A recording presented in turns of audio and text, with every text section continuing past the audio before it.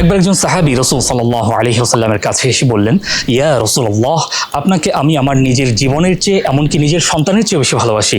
ঘরে ফিরে গেলে আপনার কথা মনে হতে থাকে, আমি সহ্য করতে পারি না, বেচাইন হয়ে পড়ি। তখন এখানে এসে আপনাকে এক পলক দেখে যাই, কিন্তু পরক্ষণেই মৃত্যুর কথা মনে হলে মন ভারাক্রান্ত হয়ে ওঠে। মনে হতে থাকে জান্নাতের উঁচু মাকামে আপনি যখন নবীদের সাথে থাকবেন, তখন কি এভাবে আপনাকে এক পলক দেখে যাওয়ার সুযোগ পাবো?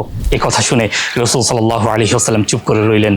ইতিমধ্যেই আল্লাহ সুবহানাহু ওয়া তাআলা জিবরাইল আমিন মারফত বার্তা পাঠালেন। ইরশাদ হচ্ছে, ওয়া মান ইউতিইল্লাহ ওয়ার রাসূলা ফাউলাইকা মাআল্লাযীনা আন'আমা আল্লাহু আলাইহিম মিনান নাবিয়্যিনা ওয়াস-সিদ্দীকিনা ওয়াশ-শুহাদাই ওয়াস-সালিহিন।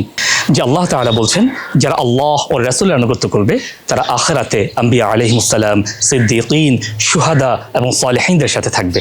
সেই সাহাবাদের মতো ঈমান আর রাসূল প্রেম আমরা কোথায় পাবো? কোথায় পাবো আমরা সেই বিগলিত হৃদয়, যে হৃদয়ে আল্লাহ ও তার রাসূলের প্রতি থাকবে পরম আনুগত্য? সেই বিগলিত হৃদয়, সেই নবী প্রেম আর আল্লাহ ও তার রাসূলের প্রতি পরম আনুগত্য আমরা পাবো সাহাবায়ে কেরামের জীবনীর মধ্যে। সেই সাহাবায়ে কেরামের জীবনী জানার জন্য আপনাকে পড়তে হবে সাহাবায়ে কেরামের ঈমানদীপ্ত জীবন নামের এই বইগুলো।